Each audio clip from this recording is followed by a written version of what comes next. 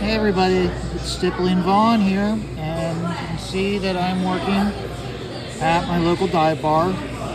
Hard at work. You can tell there's a lot of people here, and the game's already on. We have on our TVs, we have the Steelers playing the Bengals, and we have the Patriots playing the Giants. So, and this is a Pittsburgh Steelers territory town, and so we got a rowdy crew. So you're probably going to hear some hollering out during this stream or during this video, and don't be surprised if you hear some adult language. So, just to give you a heads up. So last night we had the debut of the Chit. That is the new show, maybe the last show from Statistical Zero. Enjoyed it. I was on as his guest or as his co-host, his wingman, and we had it was a good show. It was just the two of us.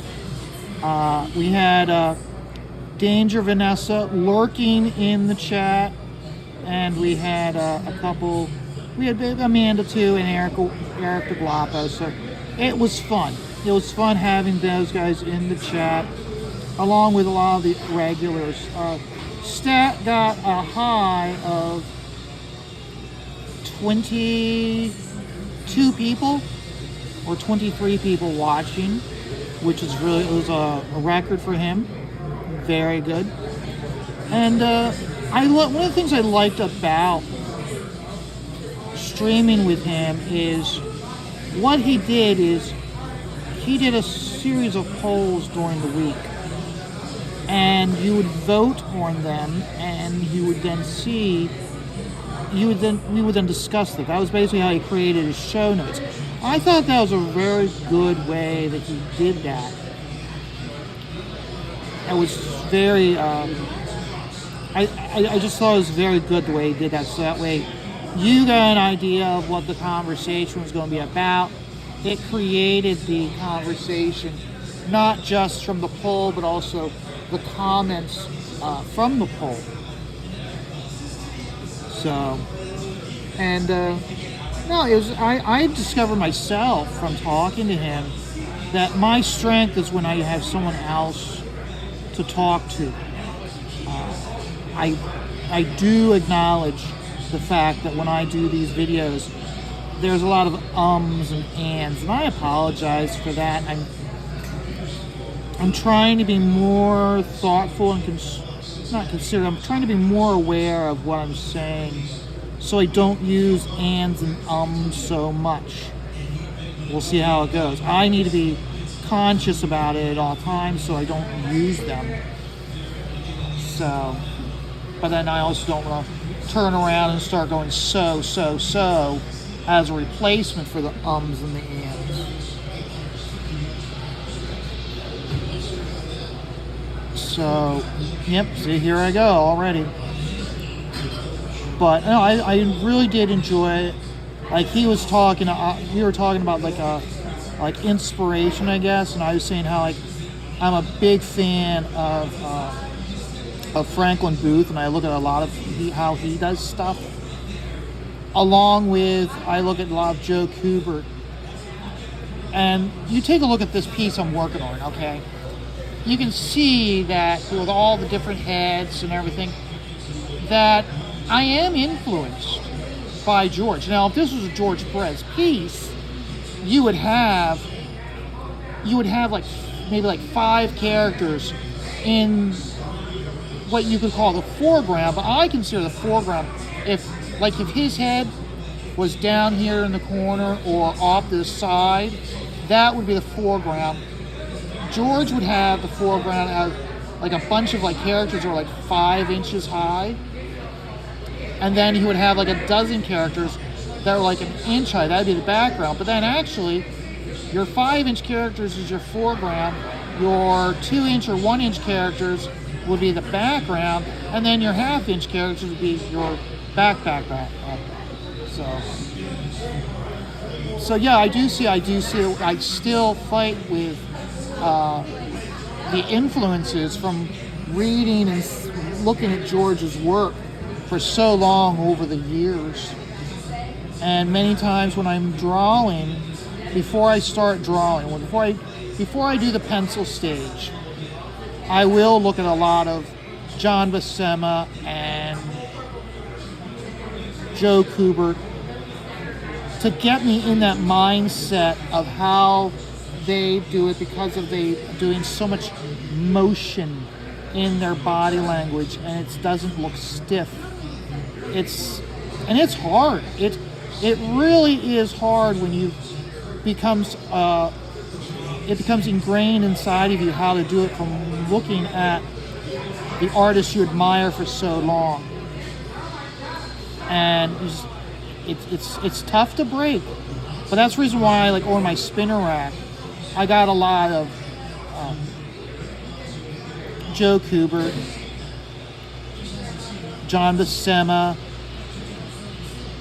I'm trying to think who else I might have on my spinner rack. Walt Simonson. I got some Walt Simonson. Pretty much like really expressive artists. They weren't going for details. They were going for motion. Because you can fake the rest of it if you really do good motion of the characters.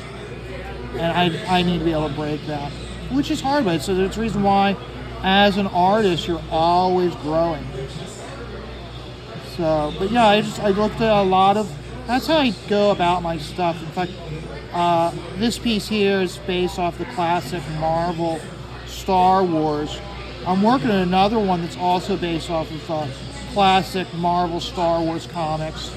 After I've done that one, I might do one based off of the strips that were Al Williamson. He did the strips. So I'm thinking I might do that one next. When I do that one, I think I'm going to experiment with that one and do a lot like Al did a lot with line work, where he just drew a lot of like series of lines. So if it was an alien planet and he wanted to make it look misty, he would do like, I'll just do it, you guys see, he would do like a series of lines going like this. And he would change. Okay, so I want to experiment with that. So that one may not turn out as well as these other pieces, but that's because I'll be experimenting. Like I said, when I do these pieces here, it's my sketchbook out for you guys to see. But instead of working in the sketchbook, I intentionally do this, and this is experimentation. Yes, I do heavily reference these images that I put on the paper, but I do that also to get a better understanding of how, let's use this one here. Okay. So I'm taking it straight from a photograph. But the reason why I'm doing that is that's Marty in the background. But that way I'm understanding how the light falls on the face. So that way when I'm drawing, let's say, like when I'm doing the Scat Investigators, I don't need to reference so heavily. I know this will become muscle memory for understanding how to draw, how the images lay on the paper. So that's the reason why I do a lot of this type of stuff, is so I can learn, so that way, like I said, it becomes muscle memory for when I do it, when I'm drawing, and I don't need to look at reference materials because I have it all in there. So that's one of the things that was really like heavily like Andy was talking about that. Andy Smith, which he's got his own book called Nice and Tight, which is available in Indiegogo.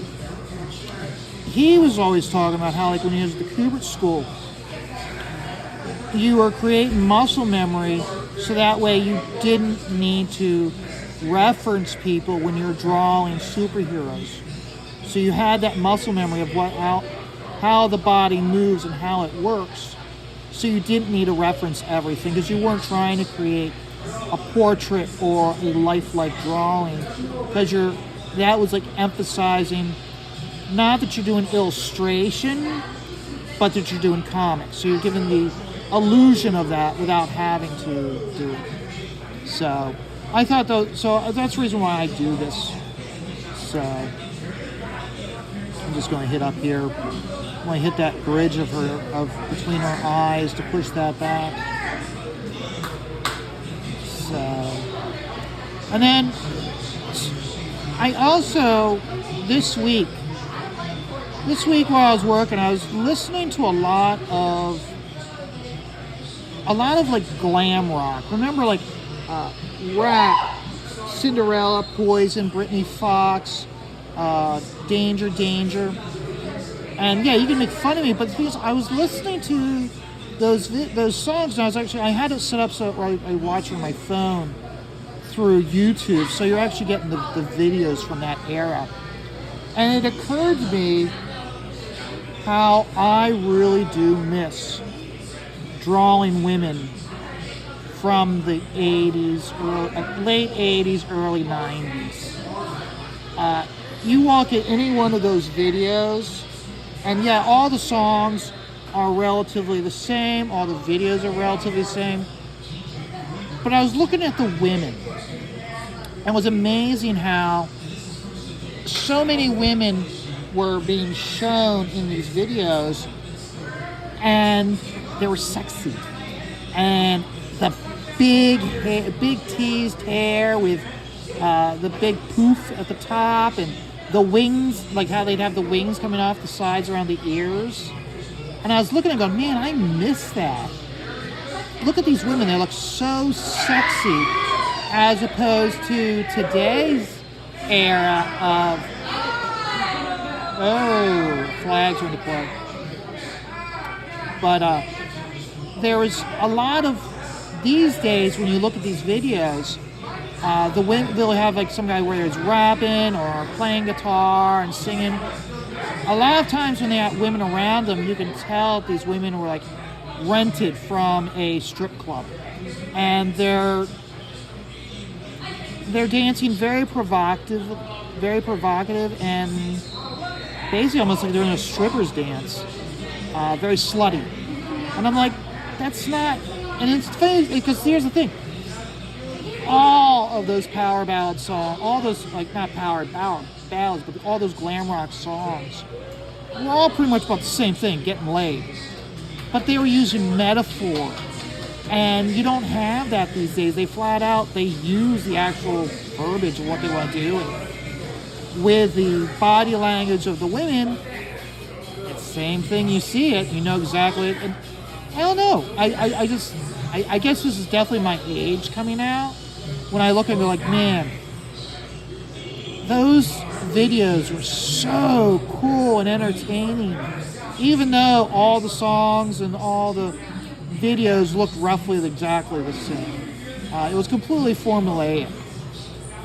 But it was, and it worked. And I think about how here at the bar, when I used to be here every single Saturday night, you would have bands that they just did covers, and they'd get the place would be going crazy, and everybody was having fun, and you could see people hooking up, okay, and you'd watch girls as they went around and talk and flirt, and by the end of the night you could tell which girls had decided which guys she wanted to take home.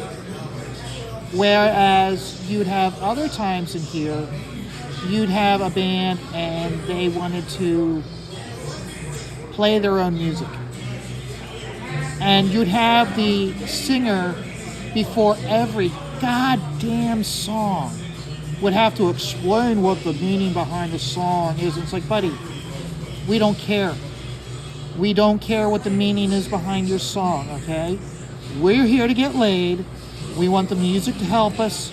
You're not helping us. You're killing it. In fact, I remember times when you'd get those bands in where they weren't playing cover tunes, that they were doing their own stuff, I'd watch as the bar would slowly empty, because It's one of those where like, I'm just here to have a good time. I don't need to know your life history and all the problems you went through, because if I really wanted to, I'd go home and I'd watch some YouTube videos and a documentary and some TikTok videos. I'm out here to escape my problems. I'm out here to have fun. I don't care about the fact that this song is about your girlfriend leaving you and she killed your dog on the way out the door. I don't care about the fact that there's a political message behind your song. I just want to hear the song about a guy going out to the bar, which is where I am, and picking up a hot girl. That's what the songs are we want to hear. So it really gets. So I think about how like that, like the '80s being pretty much just about that. And so and it made me think about how I enjoyed drawing women back then. And I think about like everybody else, I drew my own characters. And I had those characters with big hair, with a big poof at the top, and wings going off the side. I'll admit, I created a lot of female superheroes just because I enjoy drawing the women so much more than guys. I think my superhero team, oh God, I can't even remember what the name of the superhero team was. Let me think. I think it was called Star Force. Yeah, I know, very generic. Real original there, Vaughn. But no, that's what I called them. And the team had the alpha male, who was your Batman / Nightwing character. He had a mullet. And I had like one girl. She was like a cat character, and she had the teased out hair on the wings. She didn't have a big poof at the top, but along the wings, she had the wings going out, so it gave her a much wider head feel. And then there was the other girl. I had her with like really big hair, and it was like teased out up top and really long. And she was the character that had she wasn't like Medusa. She could control her hair, but she didn't have like really like crazy hair like Medusa had from Marvel. She had like hair that went down to her ass, but she had like telekinesis over just her hair. So she could like hide knives and throwing stars in her hair and use her hair to throw them. Along with like if she got into a fight with someone, she could use her hair like to pull them close or restrain them while she used her hands to do the actual beatdown. So I enjoyed those characters. In fact, my favorite I think was I had a set of twins that if they were either side of someone, they could mentally control them. But then they were how should I put this? Very empathic towards each other. So they always knew where they couldn't read each other's minds, but they always felt the emotions and feelings of that person. They're empathic to each other. In fact, I had one of the characters, one of the twins. I had them where they originally started out. They're kind of both similar to each other in outward appearance. But then I had where the one was raped. And so the one was being raped, the other one, she could tell it was happening. So she led the team to where her sister was. And as a result, I changed her that she became very more plain Jane. The girl that was raped was much more plain Jane. She had flat hair at the top, kind of short, where her sister was much more wild now with the bangs, with the big poof at the top and the wings off to the side. She was much more flamboyant dressing, where the one that was raped, she wore those like women a lot of times wore what was called those long. There was a shirt, but it came down to their knees. They called them smocks. She wore a lot of those. As I'm talking to you guys, I'm thinking about how I really miss drawing those ladies from the 80s. They were so much fun. So, okay, guys. I think I'm about done here with this. I'm gonna save this. If I do the time-lapse video, it's just gonna be in this here. What I'll do is when I get done with this, with talking to you guys, you know what I'll do? While I'm talking to you guys, I'll finish up this eye. And again, this one's like, I don't need to have any details. We already see the detail here. So it's like, okay, if this is cast shadow, we're not really going to see any details there. Leave it up lighter up here, darker in here. You know what I can do here? I know what I'll do. Hold on. Let me clean my nib. So you can see I'm clean my nib. And that's what happens when I set the board down a lot. I'm cleaning my nib. Okay, so let's see here. So let's just put. Thank you, sir. Yeah. All I gotta do is just put a little like that. Use the whiteout to do a little bit, and we got that taken care of. So, okay. So let's have some fun here.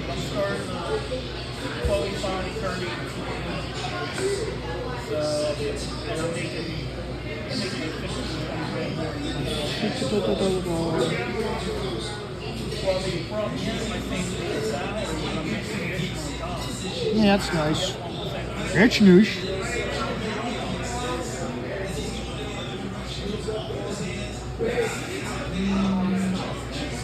Gotta get one big one here. That looks good. Okay, so yeah, if I do my time lapse, it's gonna be here.